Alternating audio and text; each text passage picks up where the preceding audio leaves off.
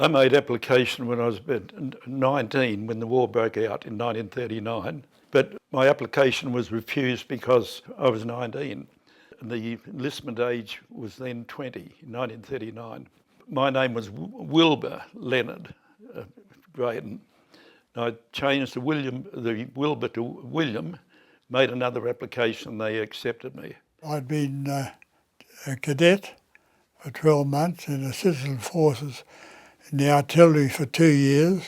That was compulsory in those days. When I rang my dad to say I'd enlisted, hard to believe, but he said, your elder brother enlisted up here today. That was a coincidence, wasn't it? Incredible. I joined the 2nd 16th at the age of 19, but at 14, the age of 14, I was made an honorary member of the Cranbrook Rifle Club and had a reasonably successful 5 years of coaching and training on the SMLE rifle, which is the one that we used during the war.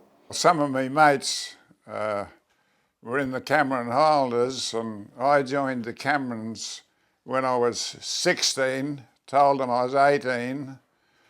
The day after war was declared, we went into Rottnest in case any nasties came down in boats. Coogee, over behind in the hill just behind there was an army camp. We had 3 months there, very good in the summertime, and got a couple of stripes for myself, and then we were transferred up to Northam.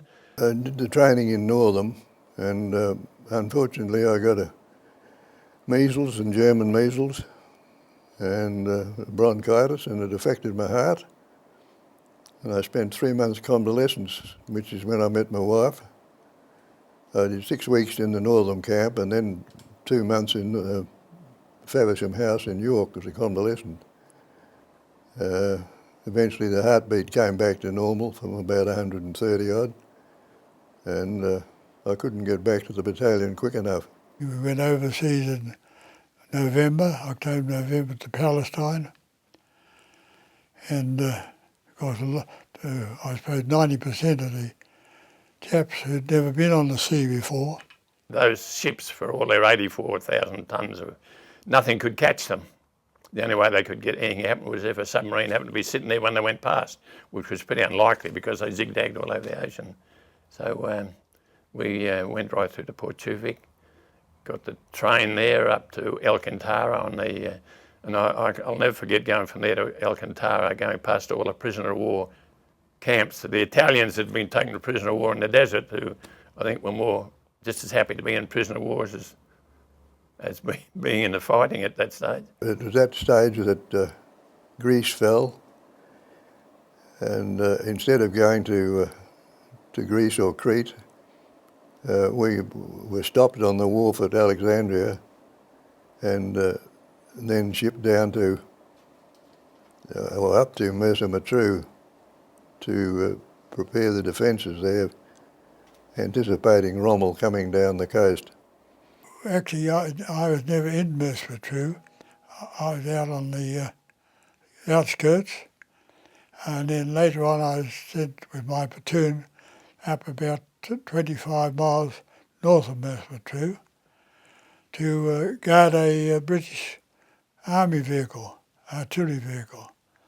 And our job was to guard that, and they were to signal back to Mersa Matruh that the Germans were coming, or the Italians were coming, and Mersa Matruh then would close all the gates, what we call gates, which were barbed wire entanglements. I got desert fever. I went to not a hospital, a first aid area, because I got the bugs and the fleas were that bad, and we were camping in dugouts, and before we went up the coast, only for a short time, I suppose a week, 10 days, and I caught this fever.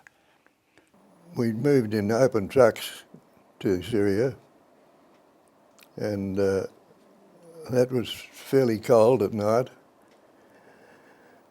and a lighter angle, the non-stop They didn't stop for any reason at all. There were hours of travel, and if you wanted to relieve yourself, the only way to manage it was to get to your feet on a slippery steel floor, hang onto the rafters overhead, which were the piping in place of the canvas covers, or to hold the canvas covers, make your way down to the tailgate and relieve yourself.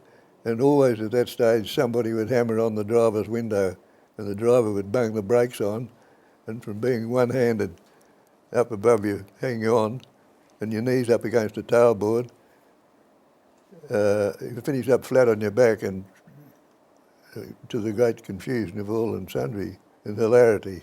Jim McKenzie is a wonderful man, and he was selected to cross the Syrian border and cut their communications. He led a three-man patrol, but he joined the battalion after 24 hours later. But he successfully cut their communications. We went up to Syria, and then I was wounded on the second night into Syria, and I went back to hospital. And then I had about 6 weeks in hospital in con camp, and I went up and joined the battalion in Tripoli, Suradani. I was in A Company as a lieutenant. And about 4 days before Christmas, even though we were only about 8 miles from the Mediterranean, in an olive grove, they had 3 feet of snow. I woke up in the morning, made my way to the surface, because every tent had collapsed during the night with 3 feet of snow. The troops were in Australian summer clothing. They were too cold to do anything about it. They simply propped up the canvas with their rifles and continued sleeping. So when I looked out, it was a snow scene in an olive grove, not a sign of any tent or any individual. And very shortly, heads began popping out of the snow. The actual crossing of the Litani River was a very difficult operation. Our section was filed into a cliff face overlooking the limit of the Litani River and the proposed bridge, or not proposed bridge, but the bridge. We had to be in there before the break of dawn, and we were to not commence firing until the fighting had actually started. Our job was to protect A Company, who were going to do the river crossing. All was well until our Bren gunner decided that he wasn't getting his average and switched on to automatic, and that immediately disclosed our location, and we were subjected to very heavy mortaring. The French fired a 75mm gun at us at a range of about 600 metres straight across the river, and that would have missed us by about a foot and banged into the cliff face behind us, which rather shook the eardrums up a bit. I've never been the same since. But 3 times during the day we were subjected to this one shot from the 75mm, and we didn't get out of that drain for about 10 hours. When we were called out of it to assist A Company river crossing, it was like a great relief to finally get into action. We had a bit of time off from our signalling, my mate and I, and we made our way up the road a little bit to a tank. And it would be hit a landmine, and we had to look in it and whatnot. And I think my mate even got in and I think he moved the wheels to see whether it would start or not. And so we left it and walked away a bit, and some other people coming along, other soldiers came along, did the same thing roughly as we did and blew up another mine. So that was a tragedy. And the name of the tank, French tank, was Vendredi la Treizième. Friday the 13th. I went up onto the Turkish border with my company, and there again it was just a case of we didn't know what was going on. We were supposed to stay there, and if the Germans came into Turkey, we were supposed to defend Syria, and it was a bit of a joke because at night we made our the whole area there was little white stones, and we made these white stone tracks up to the Turkish border, so we'd find our way at night time, any fighting or anything else. And we just completed it, and down came the snow, and covered us in snow. Company Commander George Wright called out, "Over here, 10%. So I got to my feet, and along with everybody else, and belted off along a little pathway through the shrub, and carrying a rifle by the sling position, by the trail position, which is forbidden, of course, which has the sling hanging down.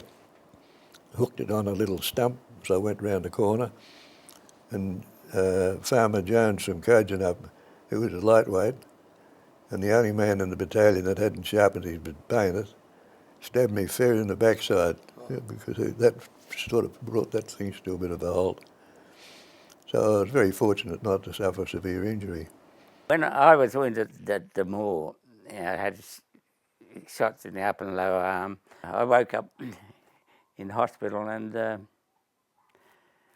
strangely enough, that was about just the time the French Navy came along and bombarded the hospital.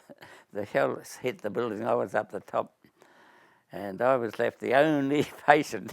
When I woke up, I was the only patient in the ward. By this time it was December 41, and as you know, on the 7th of December 41, the Japs came into it. So that's when Curtin decided that he wanted us back home here. So after being at just north of Tripoli for a while, we then moved back down into Palestine to head home. We're on our way to Singapore when it fell. They turned us back to Colombo. Curtin and Churchill argued. Churchill wanted us to go to England for the second front, and Curtin said, no, we've got to come home and defend our own country, which we did do. We circled around in a boat, a cargo vessel called the Kosciuszko. So none of us knew where we were, what we were doing, where we were going, and we were just cruising around, running short of food. We had very little to eat, and it was, mouldy kidneys when we got something to eat, and mouldy bread, and a bit of a warm water to drink, which was a pretty coloured too. So we were in pretty bad straits out there. We came back here, went to Springbank in South Australia for 3 months, then to Maroochydore, because at that stage Australia had the Brisbane line. They were going to defend Australia about 100 miles or less north of Brisbane. And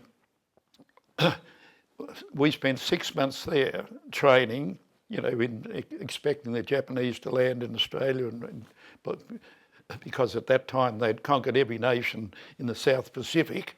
They were going to defend that 60 miles north of Brisbane. They had a line drawn right across Australia, and anywhere north of that was going to be given to the Japs. This is true. It was going to be given to the Japs. Western Australia was the same. Perth was going to be given to the Japs, more or less.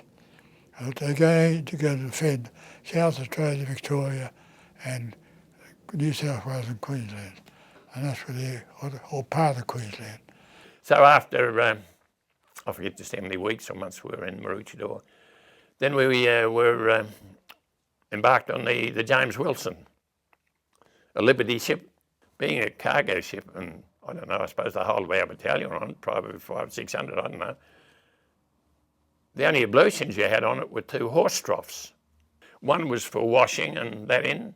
I won't tell you what the other was for, because that was the other side of the ablutions. Imagine in this day and age, even the army going away under those conditions. That was how it was until we got to Moresby.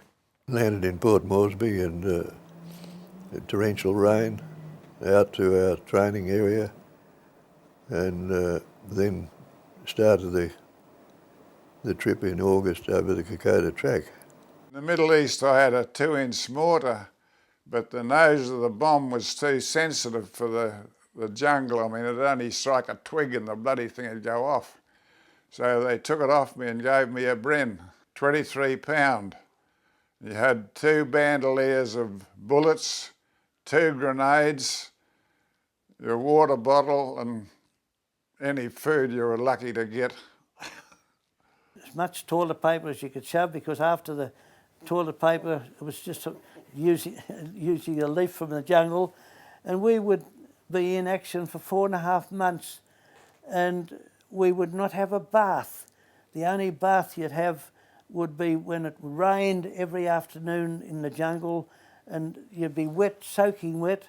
You could almost set your watch 2:30 of an afternoon, it would pour down, and all the ground, it wasn't sand, it was like clay, which was, well, mud, if you like to call it that.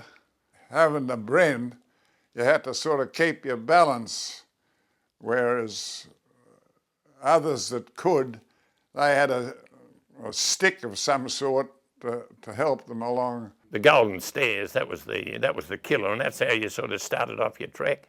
I mean, the Golden Stairs, I don't know how many there were. I mean, I've read so many different versions of the number of stairs there were, but someone said 4,000, someone said 2,000. I've always been pretty good on the tooth, tucker. And when we got up to the top that day, I couldn't eat a morsel. I was so exhausted I couldn't eat. Someone gave me a Dixie of black sweet tea, which I'd never had in my life. It was like manna from heaven. And that was all I had for that day. I was so exhausted. And of course, next day you had to go down the other side, which was almost worse. I had 43 men in my platoon of the transport platoon, and we were sent off over reinforcements for A and B Company, who are over at WWII, what we call the waterfall. And the Japs were supposed to be coming up from Wiseman and that area, and they came up in strength. And A and B Company, who Jim Moyer was B Company, and Keith Norris was B Company, and they struck the Japs in strength. We headed down towards where the shooting gallery was, and I can well remember when we got down towards it that would have been, without knowing, would have probably been overlooking Ishore Harbour.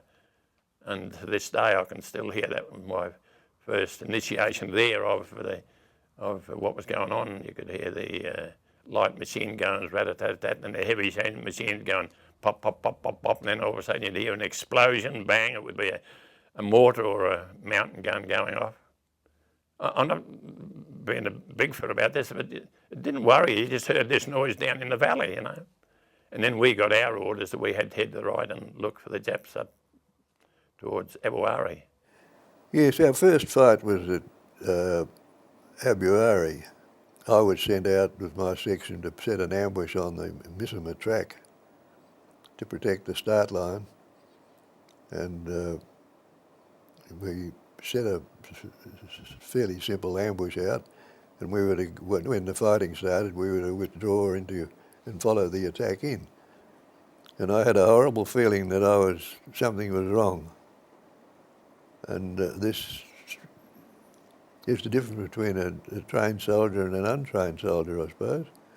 As I turned just onto my back to sit up, there was a bang, and looking straight up into the tree, about 70 feet up, was this little black cap, little khaki cap on top of a carbine. He obviously was sweating on me, waiting for the leaves to clear when I moved. Because I was on my back and with the Thompson submachine gun, I was able to swivel it round and feel him out and stitched him up. And it had an amazing effect on morale. He never stopped calling out, yelling for help. We didn't have to be a genius to work out he was looking for help. But the effect that had on people's attitude towards him was quite extraordinary. We came out of the heavier growth and we had come across quite an open area of Kuno grass, what it is, it's about this high. And we were only about 10 metres into it, and all hell broke loose. Because they were just waiting for us to do that, and they opened up on us. And strange enough, they didn't actually hit any one of us, the whole platoon. We went to ground, and this is where, in hindsight, not at the time, didn't give it a thought, and it was good you didn't give it a thought. Jack Girk was our lieutenant, and immediately we hit the ground. He said charge. Had he not said charge and you'd laid there for 20 seconds perhaps, you might have thought, oh God, oh hell, what's going to happen here? But we noticed when he hit the ground, he said charge, and we charged across this open space, and they still didn't open up on us when we were charging across it. I feel a bit goose fleshy now thinking about it. And I'm not the bravest bloke, but I must have been pretty close to the loot and heard the order before him, because I was one of the first ones over, and I grabbed, as I thought, shelter behind a tree. But unfortunately, the tree, I'm not very broad, the tree was about 2/3 of my width. And I got behind this one, and that's when two of my mates came from behind me and got hit. That was Mick Clark who got killed and George Maidman who got wounded. We never ever cried. There was never a tear when you'd bury one of your own blokes. The method of, if a bloke was killed, one of our mates was killed, we all had a half a blanket and a ground sheet, and you'd wrap him in, you'd take off his identity discs, and then a watch or a wallet, anything personal items, then you'd wrap him in the blanket and the ground sheet, and if the padre wasn't there, he could be a long way away, 2 miles away, the officer would say the Lord's Prayer and he'd be buried, and you'd always make a cross and put his number, write his number somehow, carve it in a bit of wood so that the intelligence section from our battalion would then get that bag of his identity discs, and they'd register and record where he was buried. But there was no tears, because you knew very well it could be you tomorrow, the next day.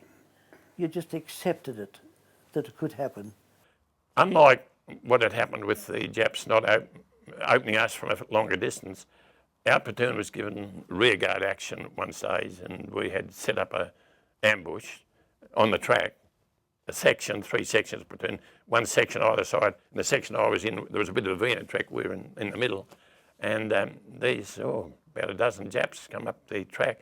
They must have been like I think in hindsight, they must have been like a kamikaze group, and they were screaming their head off.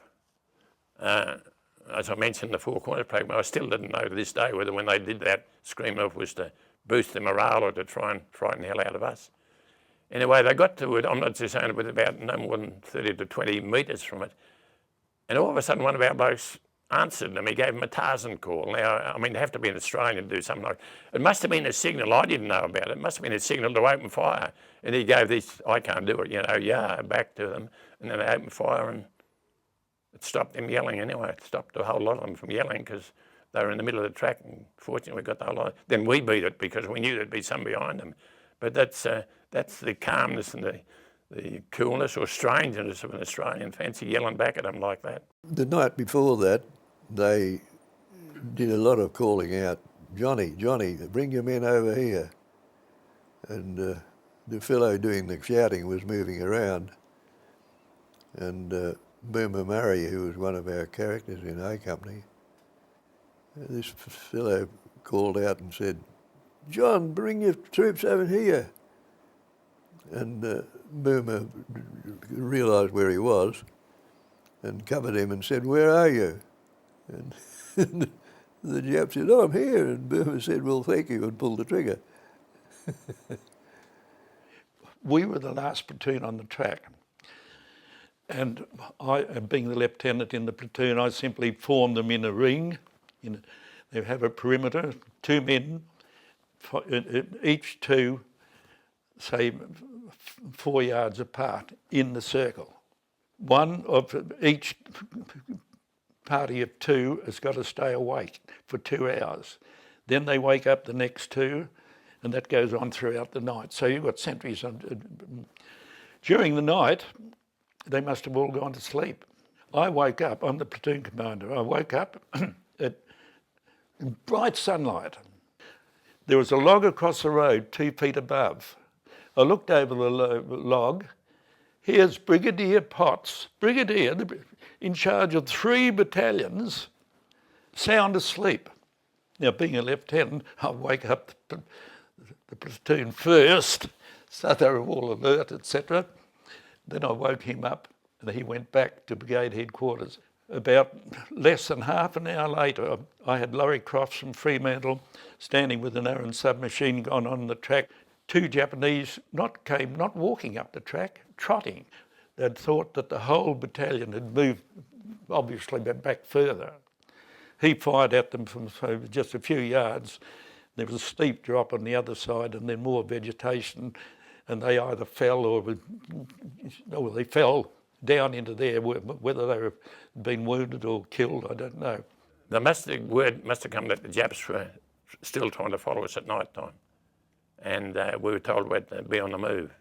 And after travelling for a while, we were told to rest. Message came back to rest. And as I said before, you couldn't see your hand in front of you, and so you just sat down and rested on the track. One of our platoon members, Jeff Sadlier, when he lay down alongside the track and he fell asleep. And it was so dark, no one knew he was there. And Jeff woke up next morning on his own. You can imagine how he felt. And he joined us up on Brigade Hill. And when he got up there, I think it was Subby said to him, keep going.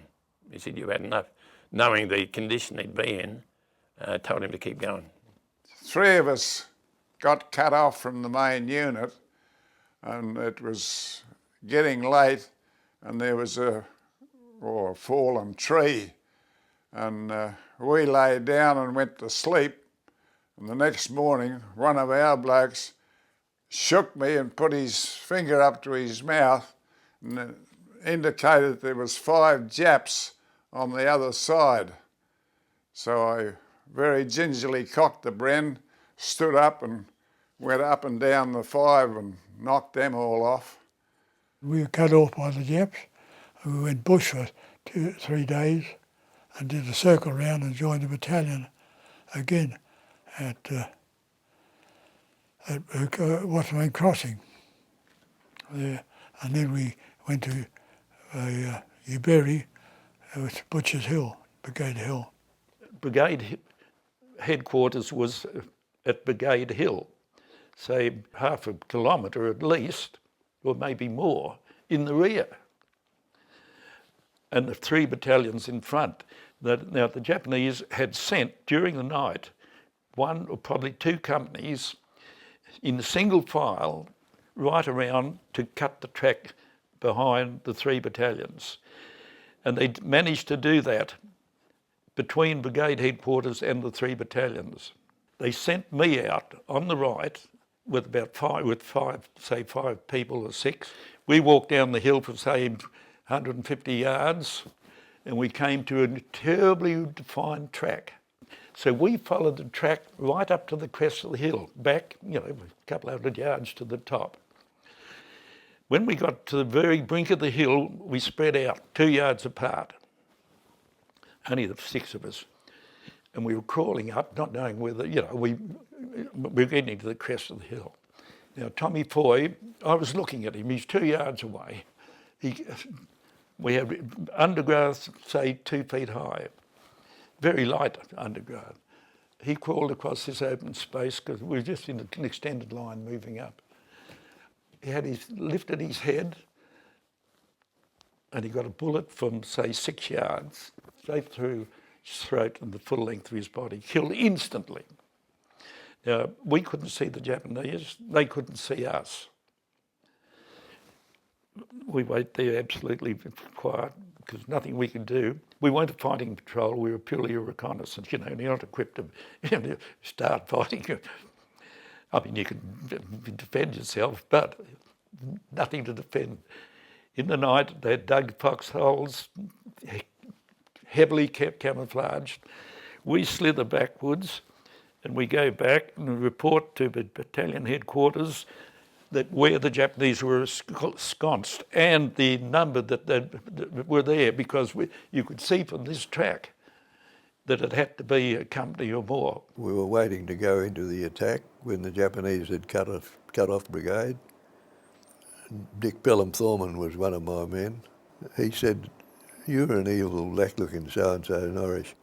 I had 5 or 6 days black beard. So he had a red beard. He said, "Have you got a mirror?" And I said, "Yes." So I turned my back on him and he fished around and got out this steel mirror, which was about 5 by 3 inches and as heavy as the blade of a stainless knife. At that time was the first time it had been out of the haversack. When George Wright, the company commander, called me as one of the section leaders to come down and get my instructions on what the score was, or orders. As I stepped out of this hole, Pelham Thorman handed me the mirror, and then realised that I had a shirt pocket full of letters because they'd got 17 letters that day, or I had. 11 of them were for Peg, incidentally. And they were about, each sheet folded in 4. It was quite considerable. It was about 3/4 of an inch thick of pressed letters. So I fiddled around and got and made enough room in the pocket to be able to stuff these letters in, the mirror in behind the letters. When we ordered into the attack, Oliver Osborne, or Ozzy Osborne, and I were both corporals.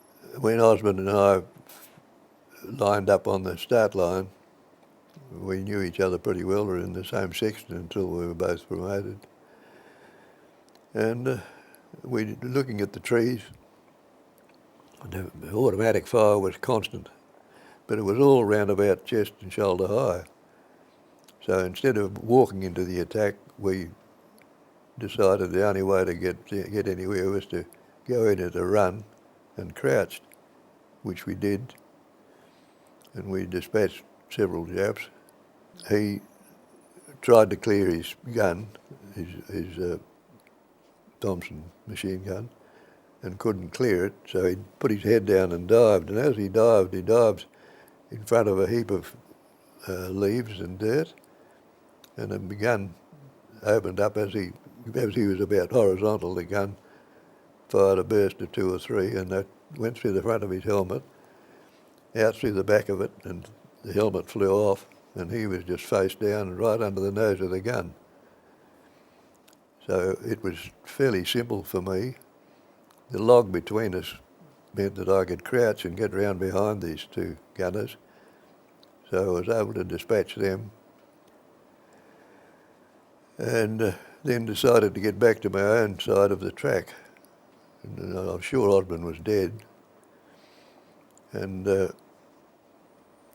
this is very real to me still. Just at that stage, a bugle call was played, the Japanese, and they started coming down the track past me. And to cut a long story short, they had, because they were under pressure, they were running and downhill, and I was on the edge of the escarpment. As they went past me, I gave them a 1-1-2 each.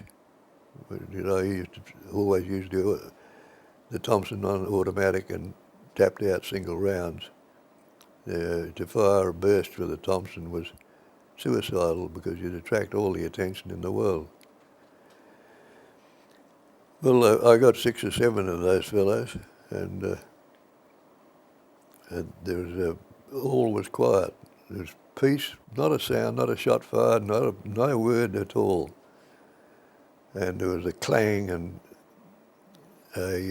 down the track about 20 yards on the same continuation of where the log was, and two fellows climbed out of this hole. One of them had a box containing magazines, a tin can of magazines, and the number 1 was with the gun. Well, the the fellow carrying the magazines was the easier target, so I stopped him. Then I swung onto the bloke with the submachine, with the light machine gun, who had seen me, tried to swing onto me, and I gave him 2 in the chest area, and he crouched and went backwards, still tried to raise his gun. So I went straight through onto automatic, and I could see the strike on the front of his shirt, and took it down the front. I realised he was armoured, and realised that if I moved upward and missed his head, I was gone. So I took it diagonally across his body. I could see it go. When it hit the groin area, he threw his gun away and dived over. And my gun whirred empty. It's a drum of 50, which are always used in attack. And it just, I reached into a pouch for a box magazine, and there were none, and in this pouch there were none. Because being greedy, when we were able to restock ammunition, I filled the magazines and then emptied a box of 50 to 45 calibre rounds into the bottom of the pouch, so they couldn't do the lid up. And in the ducking and diving down the hill, I'd spilt those and hadn't realised it. So I was alone in the world with an empty gun. So I remembered Osborne had 2 magazines, and I went back to the log and threw my leg over the log and grabbed Osborne and rolled him over on his back, still thinking he was dead. Grabbed the magazine and stuck it on the gun, and there was a bang from right close by, sort of immediately.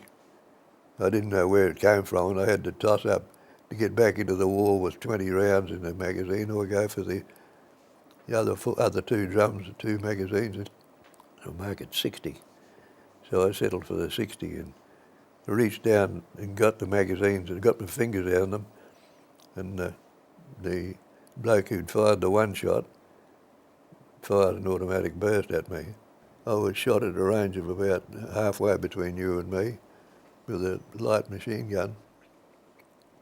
A burst from 5, and all 5 hit the mirror, and it poked a hole in the chest and deflected the bullets, 4 of the bullets down through the front of the stomach, into the stomach just above the waistline.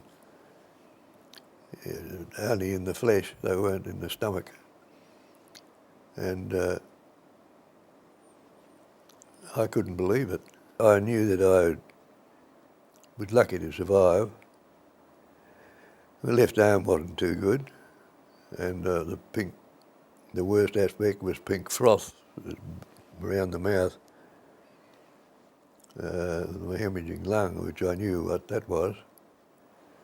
And I had to blow the froth away to suck air in and breathe with a minimum amount of movement of the chest, which all sounds an impossible situation, but it's very real.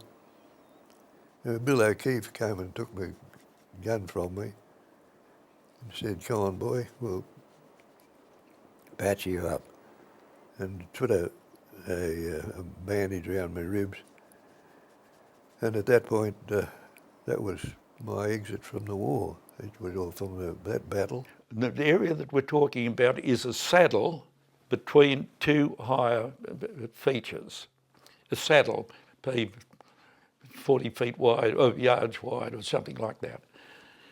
Now, the Japanese were ensconced on that between brigade headquarters and 3 battalions. They decided, the brigadier and our commanding officer decided to attack with 2 battalions going down the track, C Company on the left and a company from the 2nd 14th on the right. And we were just going to move through. We line up, nobody was taking cover or anything like that, because it was in a parkland cleared area. You had the higher trees, very low undergrowth, no problems at all. People were just, and no opposition from the Japanese or anything, but there was a line of rainforest on this saddle. They line up in extended line, officers and NCOs. We moved forward, it'd be like a bayonet attack. Anything like ever happened on Gallipoli. We knew the Japanese were there and it was going to be a bayonet attack. We got about halfway, it was only about 100 yards, say, to the line of rainforest. We got about halfway there and the Japanese started firing at us. Our people all, even though they couldn't see they were pointing, returning the fire as they walked. By the time we got to the edge, 25 had been killed and numerous others wounded. We hit the rainforest, it was absolute shambles. The Japanese were in the trees, they were in foxholes. Everybody's still moving in, and I mean, you could keep your line in simply because everybody was firing from the hip, virtually. Or if they could see anyone, as they moved through. And they didn't get too far because, so many casualties, and it was the Japanese retreated, but then blew a bugle further back and then reassembled. In the meantime, about 6 from C Company, because of it was a whole shambles, managed to get through to the other side. And I was the only officer, I was among them. And about 8 from the other side, from the 2nd 14th, got through. It was about 400 yards. When we got there, we had another fairly open area, huge trees, small undergrowth. It had been in probably a vegetable garden or something for Papuans in the distant past. When we got there, Brigadier Potts came walking down the track. He put the, say, 6 or 8 people that had got through from the 2nd 16th and the 6 or 8 that got through from the 14th under my command. I was the only officer on one side of the track. He had 2 platoons defending brigade headquarters. From Don Company, Lefty Language, he was a captain, but he was in charge of one platoon. Blue Lambert was in charge of another. They were to attack on one side of the track where it was wider. I was on the other side. We did exactly the same as we did at the other side. We formed, instead of an extensive line, an extended line, it was more or less a platoon, a probing sort of formation. They did on the other side of the track, and in our case it was more an extended line because we didn't have as many. We only went 30 yards and we had the same result. People wounded and killed, the whole lot. Everybody had to go down flat, unfortunately in low undergrowth. I got 5 of them. And we moved around to the left, thinking now it'd be a line of Japanese, in the rainforest at the edge of this cleared area. And if we might get behind them. So we went around 5, crawled around in the low undergrowth until we got. Then there was a 70-degree slope. We didn't have far to go, about as high as a house. We crawled up to the top. When we got just about the crest, 5 bullets burst. 5 went down through the tree alongside. It was only about 6 inches. But you could see where they'd come from because they splintered as they came out. There was the Japanese, say, 12 feet above, but the foliage was very thick. I couldn't see him and he couldn't see me. He had heard the movement or saw it or something, and he had a shot. Now, the other 3 or 4 were a couple of yards to my left. There was a slight log, we're right at the lip of the hill, a log across, only about a foot deep. And there was a chap that joined me right alongside. Before I could stop him, I would have stopped him. He slithered over the log. And he got a burst from a machine gun 2 yards away. There was a Japanese obviously in a foxhole, and he got the burst of the machine, so he slithered back dead. A minute later, another one was killed there. We slithered backwards down this slope. They started rolling their grenades down. We had steel helmets, and we were flat against the 70-degree slope, and flat on the ground because they were rolling these and they were exploding.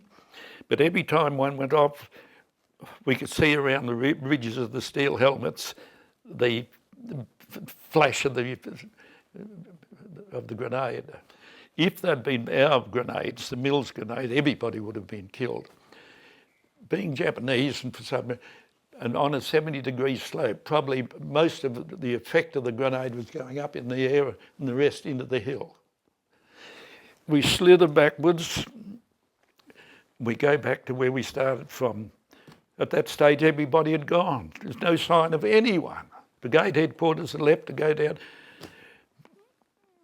Nobody was taking cover. We just wandered down, weren't intercepted by Japanese or anyone else. We get to Manara, which is at the foot of the hill where our brigade headquarters and everybody else. They had all the supplies in the world. We had a wonderful time. In the meantime, the 3 battalions of the 21st Brigade had to take a huge detour with their wounded, carry them down these incredible slopes and up that. They didn't get to Manara until about 2 o'clock the following day. By that time, the Japanese were already shelling it. But then we were taking a defensive position on the ridge above. Our loot came around to tell us that the Japs had got in behind us during the night, which was a handy thing. We didn't see them, but apparently some of them saw them with lanterns going along the riverbank. And then a little later after that, our platoon, and I suppose other platoons too, we were sent down to try and suss them out, gauge the strength of them, what it was doing. That's when Barley Harris, one of the 2 Harris brothers, was killed just alongside me, and then we went back and reported what was doing and that. And that's when we were sort of got together and spoken to and done. We had to try and break out because they were that side of us and they were still that side of us. And we had to try and break out and go back in the same area where I'd been fired at but missed when Barley Harris got killed. One had just clipped a tree near me. And I thought, this is going to be handy going into the same little group. And just at that stage, Harold Sullivan, I was in the extreme right of 11th Platoon. He must be in the extreme left of 12th Platoon. And we were sort of moving together and he got his tin hat clipped. I won't use the expression that he used about how close it came to him because it's, pretty rude. And with that, we split. And then they must have reckoned I was a bigger target than Sully, and that's when I got hit. But I got hit not by the blokes from the front, I got hit from the blokes behind me. When I got hit, it was like being hit by a train because it was pretty close range. I still think it wasn't a rifle, it was probably one of the single bullets from a machine gun because it hit me in the hip. And I can tell a bit of this without going to water. It hit the bone, which is the best bone to hit. The thickest bone is the bone I sit on. It didn't break the bone, fortunately for me, because I probably would have died of pain had it done so. But then the bullet broke up and I've still got about a dozen little pieces in my hip. And then the rest of the bullet blew out of my groin. And I had gone overhead a couple of times and fallen into a depression. And I just lay there and I thought, well, I know I'm dead, you can't be hit that bad. And I knew there was a lot of crap in front of me, and I remember thinking to myself, fancy dying in a place like this, Well, I suppose I thought you had to die in hospital. And so I lay there for a little while, and I thought, well, no one knows I've gone down. And I thought, well, I'll try and get out of this. I didn't feel, that was what I mentioned about before, about not feeling pain. After a while, I thought, well, I know I'm something bad, but I feel all right. So I thought, well, I've got to try and get out of here myself. So I half stood up on my good leg, but my right leg was paralysed and I fell down again. And as I did fall down, a machine gun burst hit the bit of a rise I was trying to get up onto. That's luck, isn't it? Otherwise, I'd have been probably cut in half. So I just lay there, couldn't do anything. And after I'd been lying there for a while, I heard a male voice which I recognised call out, come on, B Company, follow me. And I realised it was George Wright. And I thought, that's funny. And then I heard it again, it was a bit closer to me. And as I got closer, I yelled out, George. And he came over to me, he said, what are you, should have been pretty, what are you doing there? I said, I can't get up. Can you help me? It's hard to believe how the Japs didn't follow up when, I suppose they reckon they'd made a job of it the second time. And how they didn't come up and stick a bone to me, I don't know, but that's someone didn't want, anyway. So he said, what are you doing there? I said, I can't get up. Can you get me help? And George had been creased a lot along the left temple, left side of his head. And what had happened to him, he'd become disorientated and he was going the wrong way. Calling out to B Company to find, he was heading back to where the main body of the Japs were. So I told him in later life, we both saved each other's life without getting a commendation. I saved his life from down there, but he went somehow back to company headquarters or something. And after a little while, a chap came who was not our stretcher bearer, but he was an ex-policeman, Barney Kilmurray. And because he'd been a policeman, he had a bit of medical knowledge, and they were made stretcher bearers for the day. And he came and had a look at me, and I won't repeat what he said because it was foul language, and he went away again. I thought, well, I know I'm crook, and I'm still not feeling it. I thought, I must be finished, because he's gone. Anyway, after a while, our proper stretcher bearer, Johnny Johnson, came. And Jono crawled underneath me and carried me out. He took me back to wherever the bit of a base was, and they cleaned me up a bit. And I remember thinking to myself, that's the first I saw how big the hole was. I thought, I know this sounds silly. God, you could put orange in that or an apple. Why would you think something like that? And anyway, they put me in a stretcher, and they covered my head up with a blanket. I know the reason, I feel they didn't tell the reason that was, I think things were so bad they probably thought we would be overrun and that I'd be mutilated on the stretcher. No, I think that's why it was. And I remember one of our blokes, Leo Bracegirdle, he was in the same company. He said, don't worry, Jimmy, we won't leave you. I don't know what they would have done, but he was the sort of bloke would have died with you. And just shortly after that, I heard a voice that was my elder brother's. I heard him say, I believe you got the young bloke here. And they said, yeah, he's under the blanket. Well, I suppose his first thought was, so he pulled the blanket back and he said, oh, you all right? I said, yeah, I'm okay. They put my thumb up and away he went, because I was still feeling okay. I lost men there, shot, and I was lucky I didn't get hit. I didn't see Jim until that night when he was on the stretcher, and I was put in charge of the stretcher to carry him out. But we carried him out.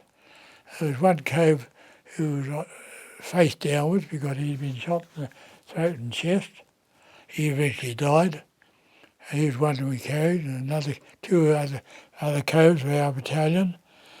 And we carried them out, and that night we just took over the stretchers. They were lying there. My crowd took them over, my chaps I was in charge of. Our major, he'd gone off to look for fuzzy wuzzies to see if he could find any. There couldn't be. They never stayed in. Were there any fighting, they went out. And he gone back further down the track to see if he could get some. And I and my men platoon took over the stretchers, and we, like there's four on each stretcher, and our reserves. And the stretchers were very rough. They weren't good native stretchers at all. They'd been made by our chaps. So they're very rough, and they're very big, heavy. And we started off just on dark. Dark came, and it was really, really rough on the mountainside. And in the case of Jim Moyer, I remember so well, we put his front of his stretcher on two branches or trees about 6 feet up, and the back part was just level with the ground. That's how he levelled the stretcher off. You could walk underneath the stretcher, and he was on that stretcher. And he had I don't know whether his brother was there then, or his brother, and he was just at the start, his brother had come and spoken to him. Anyhow, we carried the stretchers there. Next morning we moved off at early morning, daybreak we called it. But the light was just coming. We picked the stretchers up and started to carry them, and we carried them off, and the second 27 joined us, and then we eventually handed them over to the 27th. And of course they had a large number on the stretchers, and they had a lot of walking wounded, which we didn't have with us. They'd gone, like Keith Norris and all that mob had gone prior to that, walking wounded, they'd got through. I was not feeling all that brilliant, and I was learning to breathe without moving my ribs. And Ralph Butler, who's in this setup here, took me by the arm and led me up the hill. And Bill O'Keefe then put a field dressing on it, which wouldn't stay on it.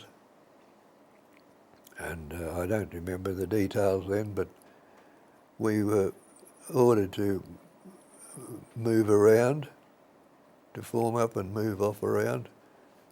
This bloke, Bill Grigg, I was telling you about earlier, the lieutenant was leading A Company and taking them around the Japanese. And he saw me early in the piece, and I told him what had happened. And every time the column stopped during the night, it was in pitch black. He used to say, well, the word used to come back, "Is Norris in the column?" And I'd say, "Yes, I'm here." And the bloke behind me would say, "What did he say?" I said he wanted to know if I was here.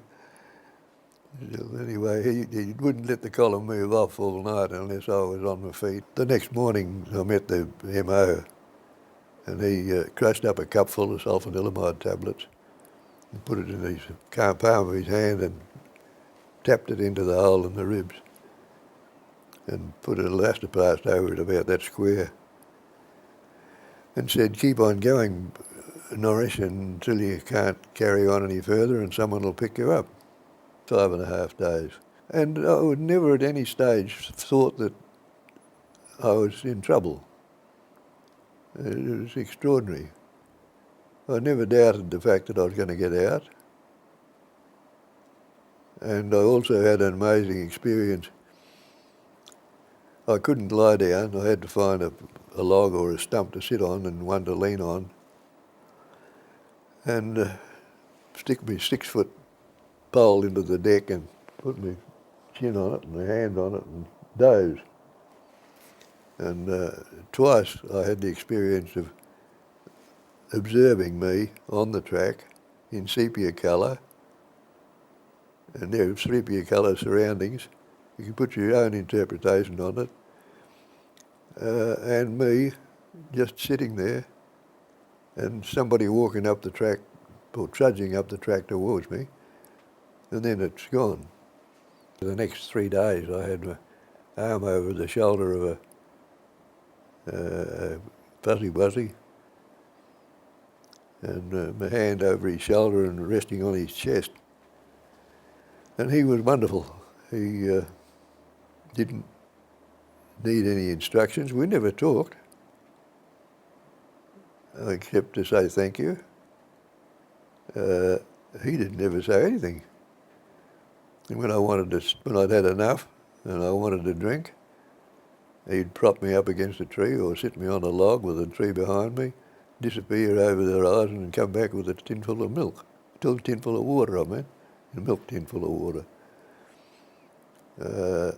And he knew instinctively when I'd had enough and I had to stop.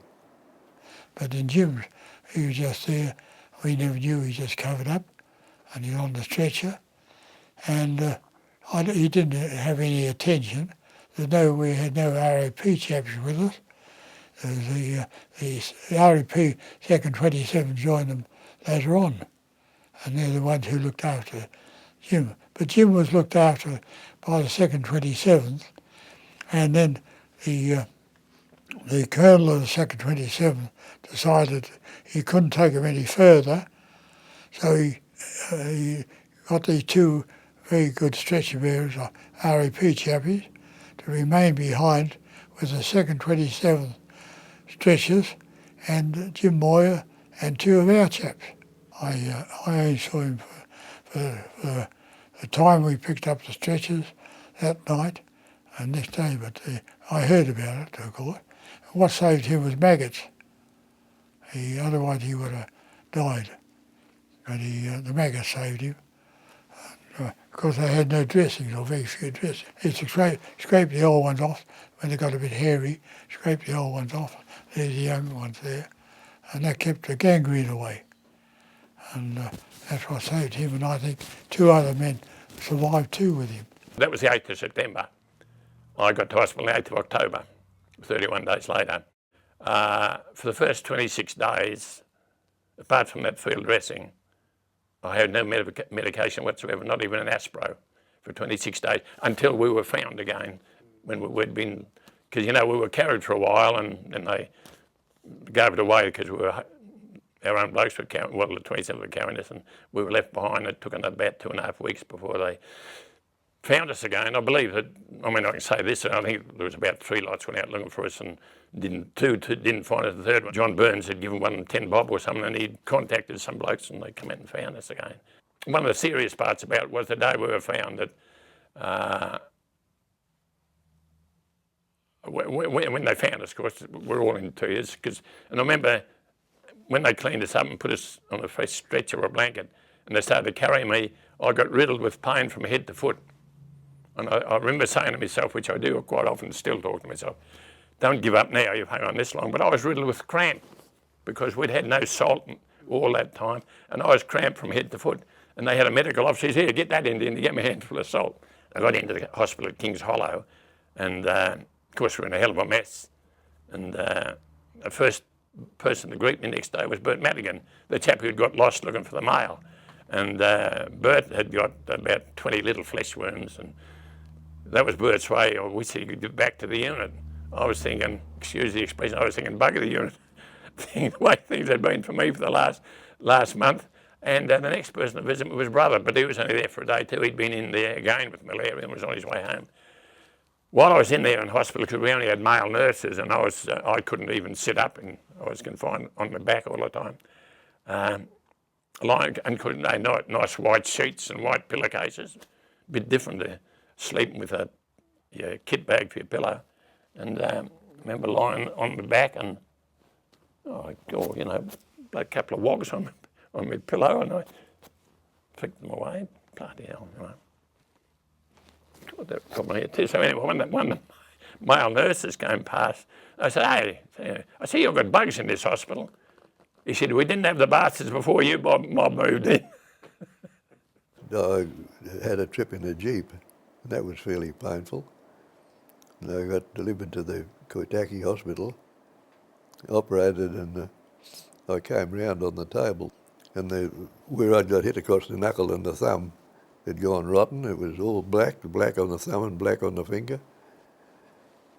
And the doctor said, what's he on about? What's he trying to say? I was trying to burble, and I was filled with drunk as a monkey. And I said, I got a bullet burn on the left hand, and he had to look at it and held it up in front of me like that, and said scissors, and proceeded to cut the black skin off. Snip, snip, snip, snip. And my eyesight cleared immensely. And he, when he'd finished with that, and the bloke was wrapping it up, I said, I've got another bullet burn under my left arm. So he pulled his shoulder, the arm up in the air and had a look and said, nice sort of a effing burn that is, scalpel. And he made an incision and got hold of a grinding noise with a pair of forceps, pulled it out, had my arm up here, pulled it out about 3 inches and it let go and it fracked back into the hole again. The bullet was all emaciated like that, and part of it hooked around the tendon. You know, I wasn't expecting to live, so I don't suppose it really mattered. It turns out the bullet that went through the lung went through the bottom of the lung, and the bullet that went through the pericardium, the heart, the muscle bag of the heart, where the bullet exited from the bag, it left a tuft of green shirt in the hole, and I didn't lose any pericardial fluid, which normally is, you know, the end of the road. But I had a wonderfully lucky life. While we were on Iribaya Ridge, Charlie Lintop, had further down, one of the mountain gun shells had hit him right across the back. He had a cut probably that big, an inch deep, but wasn't bleeding very much at all. It was more or less the skin. He'd taken his shirt off and he came walking up through our lines. When he got there, the Japanese on the opposite ridge saw some movement there, thought, oh well, we'll have a shot, because he might have paused for a couple of minutes as though he was talking to somebody. They started firing. Now it was the gun was right down the bottom of the ridge, or they two, but one, the shells would clear the lip of the hill. That's why we thought we were absolutely, you know, on top of the hill, no problem at all from a mountain gun, unless they, because the gun was further down. We thought they would clear the lip of the hill. They did clear the lip of the hill, but they burst in every case in the trees immediately above. The trees right over the track. They would have fired, say, Charlie Lintott, when they put the first one over, he got behind a huge tree on the lip of the hill. Right on the lip. He got behind it. They fired a couple more. Harry Whitfield had 6 children, we heard, was in a slit trench 5 yards from the tree, and he got hit with a bit of shrapnel from this right across the head. So he's kicking in the trench, obviously, you know, mortally wounded, yet in the slit trench. Johnny Baker was with him, the two in a slit trench. He got out and got behind the tree with Charlie Lintott. That's 2 of them behind the tree. More shells. Charlie Lintott, who'd been hit once, got hit once again in the back. Pell Williams and I were in, and you know, we hadn't been able to dig a slit trench. There were too many roots in the tree. We were virtually lying on the top of the ground, you know, for 8 yards away or less, 5. There was a lull in the shelling. I got out to put a slit. When Charlie Lintop was hit the second time, I went over and got behind the tree to put a shell dressing on the second one, because the first one wasn't bleeding, but it was a lot of fat, you know. It was a big cut, but that's twice he'd been hit with a shrapnel. When I got to the tree, there was Johnny Baker, Charlie Lintott, myself. That made 3 of us behind the tree.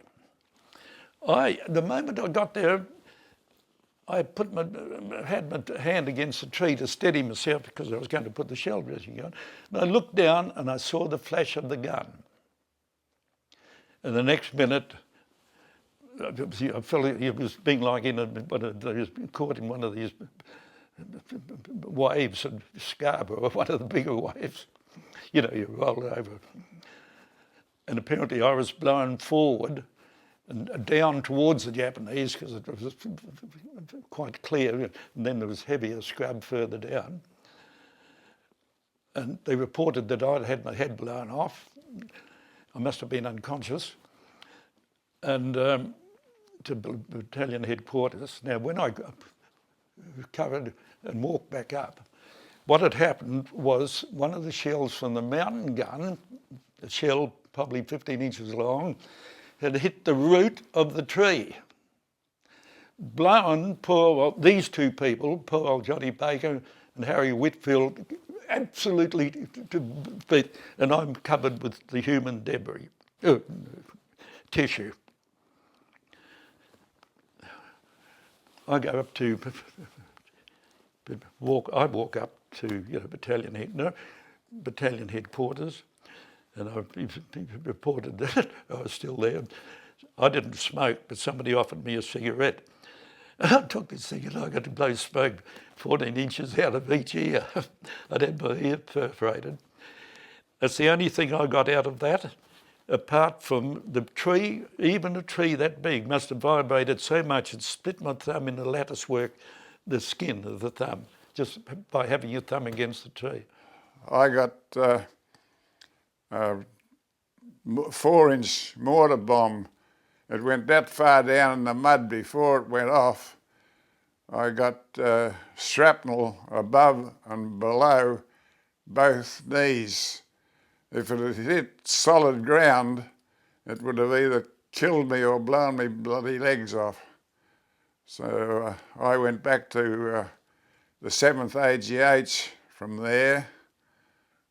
I had a fuzzy to hang on to me just to keep me balanced, sort of thing, but fortunately it wasn't bad enough to get me back. The getting down the golden stairs, as they called them, was the biggest problem. It was a question of ambushing the Japanese on every ridge and etc. Then as they sent patrols to encircle our troops, we would withdraw to the next route. By the time we got to WWII, it was 3 weeks after the camp started in Ishiraba, the Japanese, and this is according to Dr. Moorman of the National War Memorial, the Japanese had lost 80% of their force. That's what these two battalions and the 27th of 3 had inflicted on the Japanese, 80%. And since then, of course, they've been able to get this additional information. The Japanese, on the 14th of September, were given an order to withdraw back across the ranges. Now, we had been ensconced on WWII Ridge for 4 days. The Japanese wouldn't attack us under any circumstance, and we were reduced to about 30 people or less. We would have welcomed it. I mean, the 2nd, 16th, but we were a combined company at that stage with the remnants of the 14th, but we were occupying this very high sloping ridge. But we would have welcomed an attack. All they were doing was occupying the opposite ridge and shelling us with their mountain gun. We didn't have these long-range weapons, heavy machine guns or mountain guns. They had both. They were simply shelling. They shelled us for 4 days. The wounded were coming up. They didn't bother to get on the opposite side of the ridge. They'd be wounded. And they'd be just coming up. They'd walk up straight up the ridge, not hurrying, and up to brigade headquarters. I mean, the morale was incredible. And then we learned, that was on the 15th, the 15th of September. See, it started on the 26th.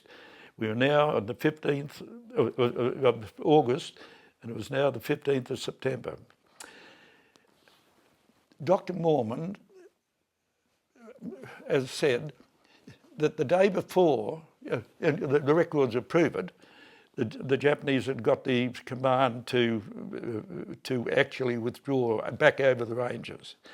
Now, inexplicably, we were relieved the next day, or 2 days later, on the 16th, because a new brigade had come in behind us, a brand new AIF brigade. So they relieved us and put us back in reserve. But then inexplicably, Blamey and MacArthur had obviously were giving the orders, and the battalion,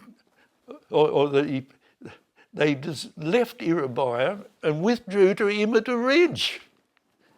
Absolutely, notwithstanding they had a new brigade, they could have encircled the Japanese. Instead of that, they withdrew. They had brought up 4 mountain guns, 25-pounders, to Imita. They had, or I think they'd built them up to Owens Corner. They got at least one to Imita Ridge. Manhandled it, which was a huge job. They had 70 men doing it to get this 25-pounder up.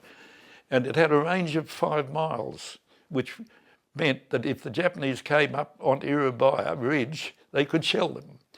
They might have done it for that reason. But anyway, the Japanese did come up onto it because we'd left it. But apparently the shelling, from the records of the Japanese, it didn't have much effect because they were heavily dug in. But they had the order to withdraw, and they withdrew. And later, of course, they were pursued across the Aaron Stanleys.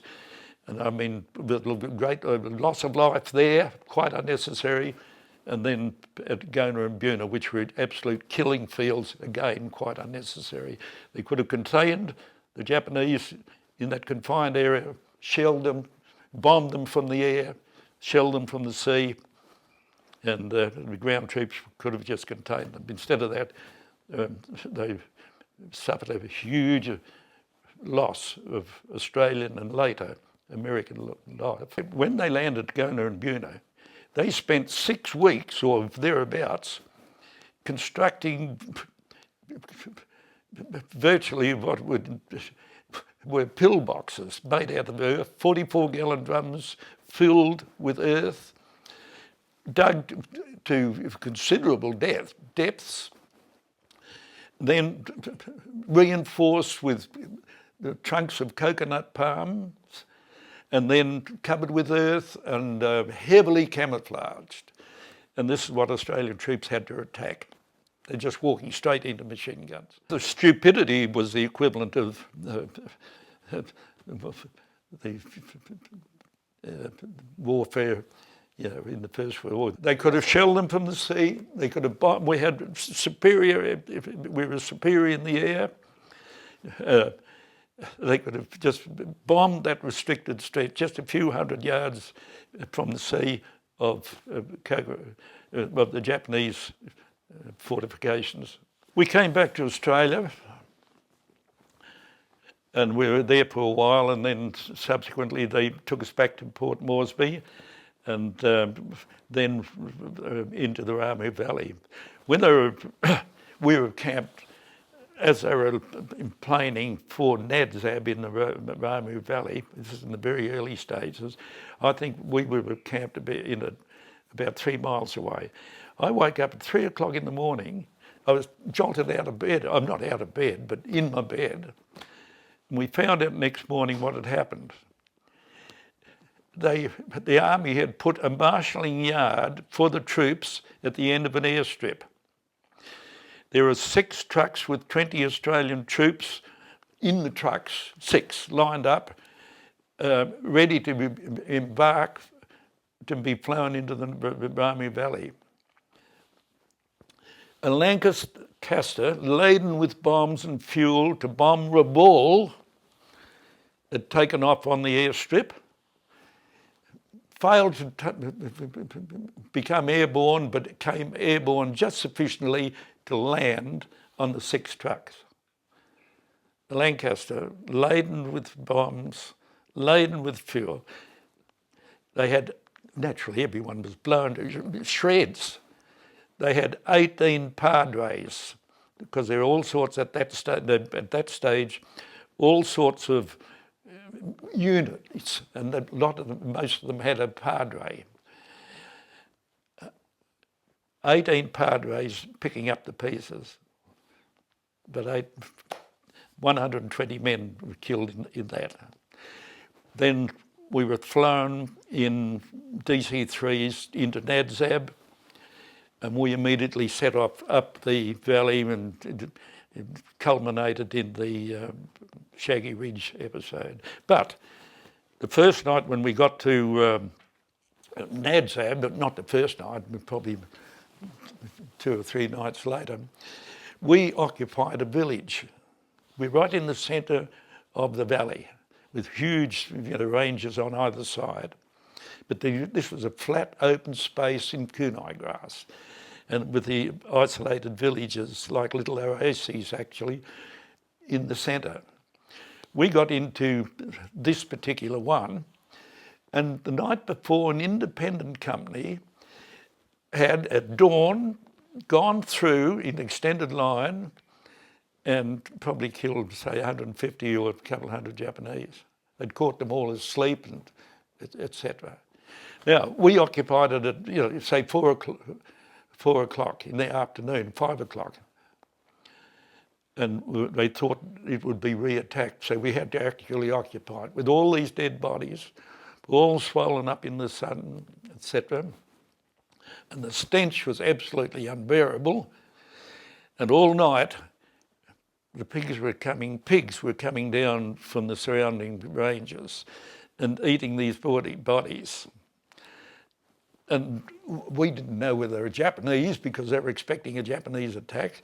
So we're here with a huge number of Japanese who had been killed in a hot tropical, at night, and we wake up in the morning and fortunately nothing, we weren't attacked. Anyway, that was just one illustration. Well, I think everybody had to dismiss everything that they'd seen from their mind, completely dismiss it. After the Ramu Valley, we went back to the Atherton Tableland. Then, later on, we were on the Atherton Tableland and we were sent to Borneo for landing at Balikpapan, and we were in pursuit of the Japanese when the day the war ended. I was on a 5-day patrol. Our job was for the 7th Division was to capture the oil field at Balikpapan because it was the largest oil field in the southern hemisphere. And of course the Japanese were getting oil back through Singapore and China that way. And we had to come in on the barges, which wasn't a pretty scary old sight, coming in on the barge. I know but we were told that the Japanese had dug a trench and filled it with oil and they were going to set it alight if we came in, but they assured us, and they did it. The bombers blew up every oil tanker on the land, and we knew that there was no chance of them having the oil, but I cannot remember running across the beachhead, and neither can my mates. They cannot remember, but I can just remember throwing myself into a bomb crater and some officer saying, we're on the wrong beach, move forward and to the right. We were on the red beach instead of being on yellow beach. And just then there was a Jap only about 2 metres away. He most likely fired at some of us, but he took his own life with a grenade.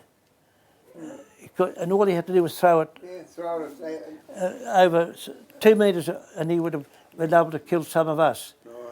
And I can't remember anything more of that day until about 6 o'clock at night. Of course, you don't have lunch. Lunch is something you don't get when you're in action, and it's only of a night time.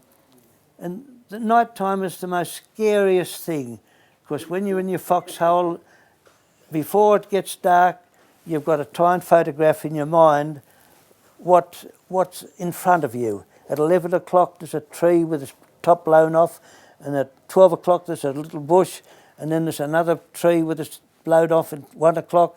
Because otherwise you can imagine things moving, and it's the worst thing that can happen. And of course you don't give your position away, you just sit with your rifle at 45 degrees angle with your safety catch off, one up the spout, and with your finger on your trigger, so that if any Jap did charge you, all you'd have to do was to pull the trigger. But it's a very scary time. And my mates used to say, I used to say to all mates that if I ever get through this war, I'm going to join the Geneva Convention and make a rule that we only fight between 9 o'clock and 5 o'clock. And so at least we could have a good night's sleep. They sent the men home first, and the others, they didn't. The government of the day didn't want to bring everybody home at once, notwithstanding they'd been away for years. There would be too much unemployment. We went to the Celebes for another 6 months. At that stage, the war had ended, and we had to maintain the peace over there. I was proud of, young as I was proud of my country. That's why I fought for it. To me, I didn't waste my time fighting for Australia. It's a great country. They were, unbelievable individuals, the men of the 21st Brigade.